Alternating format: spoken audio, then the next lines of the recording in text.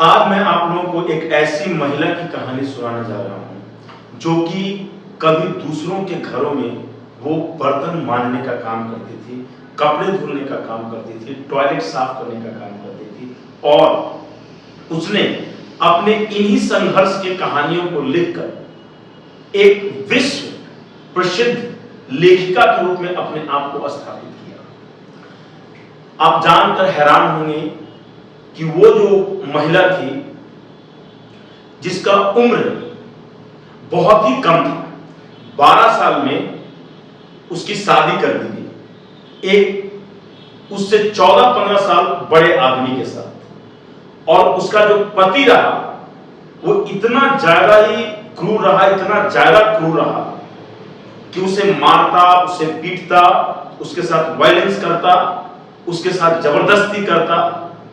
और 12 साल में जिस महिला की शादी होती है और 15 साल होते होते उसके 3 बच्चे भी हो जाते हैं। अब आप समझ सकते हैं कि उस महिला पे क्या बीत रही होगी और क्या बीतती होगी। आज हम बात कर रहे हैं बेबी हल्दर की।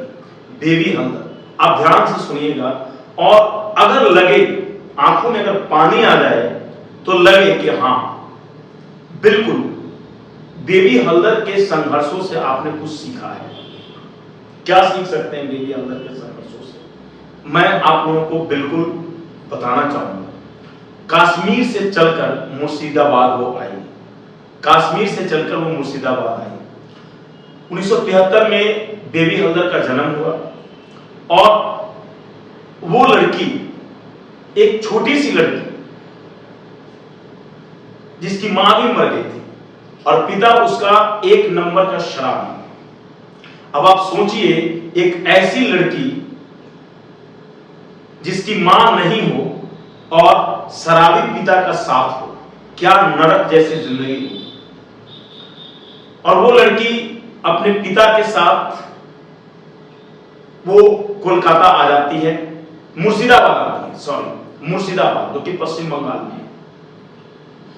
और मुर्शिदाबाद में वो अपने पिता के साथ रहती है और सौतेली मां भी हो जाती है। तब तक सौतेली मां के साथ वो रहती है और इस तरीके से सौतेली मां के द्वारा दिया हुआ जो भी कठिनाई हो, दुख हो, उस चीज को तो उसने बर्दाश्त किया ही किया। 12 साल की उम्र में उसके फादर ने उससे 14 साल बड़े उम्र के आदमी से उसका शादी करा देता है। और मैंने आपको जैसा कि पहले भी बताया कि वो 3 साल के अंदर में 3 बच्चों की मां वो बन जाती है। 12 साल की उम्र में उसका शादी होता है और 15-16 साल तक जाते जाते जो है उसके 3 उसके बच्चे हो जाते हैं। पति वैसा ही बहुत ही मक्कार किस्म का, डेली मारना, पिटना, हिंसा करना। और वो बेबी हल्दर बहुत तंग आ गई पूरी चीजों से, जैसे तैसे वो जीती रही, लड़ती रही, संघर्ष करती रही। लेकिन जब उसे लगा कि नहीं, अब ऐसे काम नहीं चलेगा, उसने अपने हस्बैंड को छोड़कर वो बिल्कुल दिल्ली चली आई। और तकरीबन उस समय उसका उम्र 25-26 साल हो रहा होगा। ये बात 1999 की है। और वो चली आई। दिल्ली के बगल में गुड़गांव पड़ता है।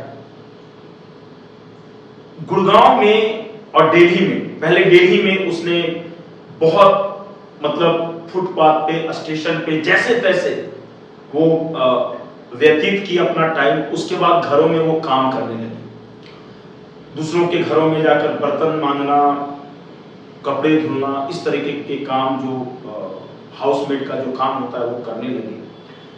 बहुत अलग अलग नजरों से खुद को बचाती हुई, अलग अलग संघर्ष की कहानियों को झेलती हुई, अलग अलग नजरों को इग्नोर करती हुई वो आगे बढ़ती रही। दिल्ली के बगल में गुड़गांव है। फिर वो गुड़गांव चली गई और गुड़गांव में उसका एक साथ मिला एक ऐसे महान व्यक्ति से,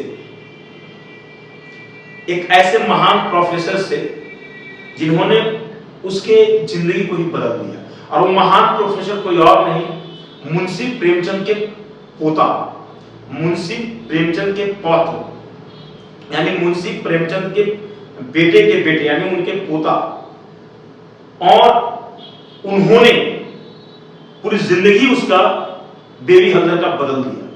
जब उनके यहां वो काम करने के लिए गई, बेबी हल्दर जब वहां पे काम करने लगी तो जिस तरीके से किताबों को वो देखती थी, जिस तरीके से वो किताबों को देखती थी, तो उससे जो प्रोफेसर साहब थे, उनका नाम प्रोफेसर प्रबोध कुमार जब उसे देखते थे किताबों को साफ करते हुए, सेल्फ में किताबों को साफ करते हुए, करीने से लगाते हुए, तो ऐसा लगता था कि वो मतलब ललचाई हुई नजरों से किताबों को वो देखती थी।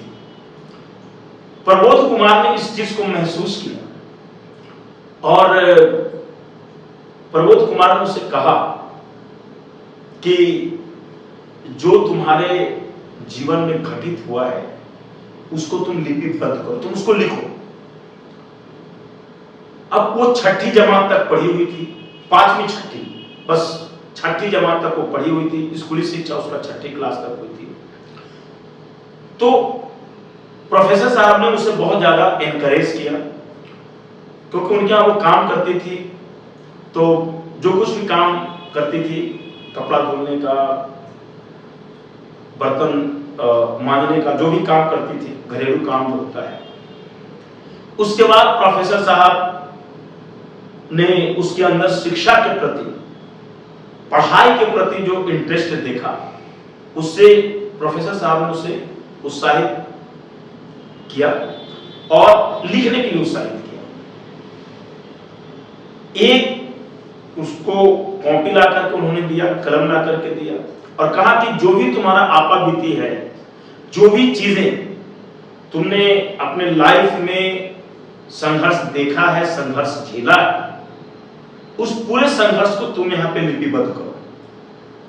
तो उसने बांग्ला में वो लिखना पूरी चीजों को शुरू किया और बांग्ला में लिखने के बाद जब प्रोफेसर साहब ने देखा, उस पूरी चीज को देखा, तो उन्होंने उसका हिंदी में अनुवाद करवाया और हिंदी में अनुवाद करा करके उसे फिर उन्होंने जगह जगह पे भेजा छपने के लिए और कई मैगजीन्स, कई अखबारों ने उस चीज को छापा और एक बुक का शकल हो गया। आलो अंधारी करके पहला बुक उसका बांग्ला में आया और बांग्ला से दुनिया के अन्य भाषाओं, इंडियन लैंग्वेजेस में भी और दुनिया के 13 भाषाओं में, फॉरेन लैंग्वेज में उस किताब का जो है अंग्रेजी में द लाइफ लेस ऑर्डिनरी नाम से अंग्रेजी में वो आया और आलो अंधारी करके वो बांग्ला में आया और इसी तरीके से मलयालम में और अन्य माने हिंदुस्तान के अन्य भाषाओं में, पूरे 21 भाषाओं में इंक्लूडिंग 13 फॉरेन लैंग्वेजेस, 13 भाषा जो कि विदेशी भाषाओं में और बाकी जो इंडियन लैंग्वेज है उन भाषाओं में उसको अनुवादित किया गया। दुनिया के कई देशों में उस किताब की बहुत मांग बढ़ी और लोगों ने हाथों हाथ उस किताब को लेना शुरू किया, क्योंकि उस किताब में एक सच्ची कहानी थी। कहानी एक ऐसी महिला की थी जो संघर्ष कर रही थी अपने लाइफ के लिए, अपने वजूद के लिए, और उसने एक इतिहास रच दिया। एक 5वीं 6ठी क्लास तक पढ़ी हुई एक महिला एक विश्व की महानतम लेखिकाओं में एक हो जाती है। आप लोग भी जब बेबी हल्दर के बारे में पता करेंगे, जब इंटरनेट पे रिसर्च करेंगे उनके बारे में, तो मतलब आपकी आंखें नम हो जाएंगी। एक ऐसी महिला जो रेप का भी शिकार हुई, एक ऐसी महिला जो डोमेस्टिक वायलेंस का शिकार हुई, तमाम परेशानियों को सहते हुए, करती हुई वो बिल्कुल आगे बढ़ते रही और आज भी वो महिला गुड़गांव में है और प्रोफेसर साहब के यहाँ ही है वो। अब तो स्थितियां बदल गई, उसने मकान जमीन वगैरह भी ले लिया क्योंकि बुक से बहुत पैसे आए, लेकिन फिर भी वो अभी भी प्रोफेसर साहब के यहाँ वो है, गुड़गांव में ही है। और जहाँ से मैं वीडियो बना रहा हूँ यहाँ से मात्र 23 किलोमीटर दूरी पे वो महिला रहती हैं और मेरी कोशिश होगी कि मैं बेबी हल्दर से मुलाकात करूं, क्योंकि हमसे ज़्यादा नहीं 23 किलोमीटर से भी कम जगह है जहाँ पे वो DLF साइड में वो रहती हैं, तो मेरे ख्याल से 20-21 किलोमीटर ही पड़ेगा। और मैं उनसे मिलने का प्रयास करूंगा, और अगर सब कुछ ठीक ठाक रहा तो मेरी कोशिश होगी कि उनसे जो है मैं बातचीत करूं और चीज़ों को जानकारी इकट्ठा करके आप लोगों को इसी तरीके से ऐसी कहानियों से प्रेरित करूं, ताकि आप लोगों को एक मोटिवेशन हो सके और आप लोगों को भी ये लगे कि हाँ, जीवन में परिस्थितियां जो है तो आते जाते रहती हैं, लेकिन वजूद के लिए लड़ने वाले लोग हमेशा जीतते हैं और हमेशा उनकी जीत होती है। और बेबी हल्दर से ज्यादा अच्छा उदाहरण और किसका हो सकता है? एक ऐसी महिला जो इतने संकटों को झेली और आज अपने एक सही मुकाम पे। तो दोस्तों, मैं इतना ही कहूंगा, स्टे मोटिवेटेड, निराश नहीं होना है। जय हिंद।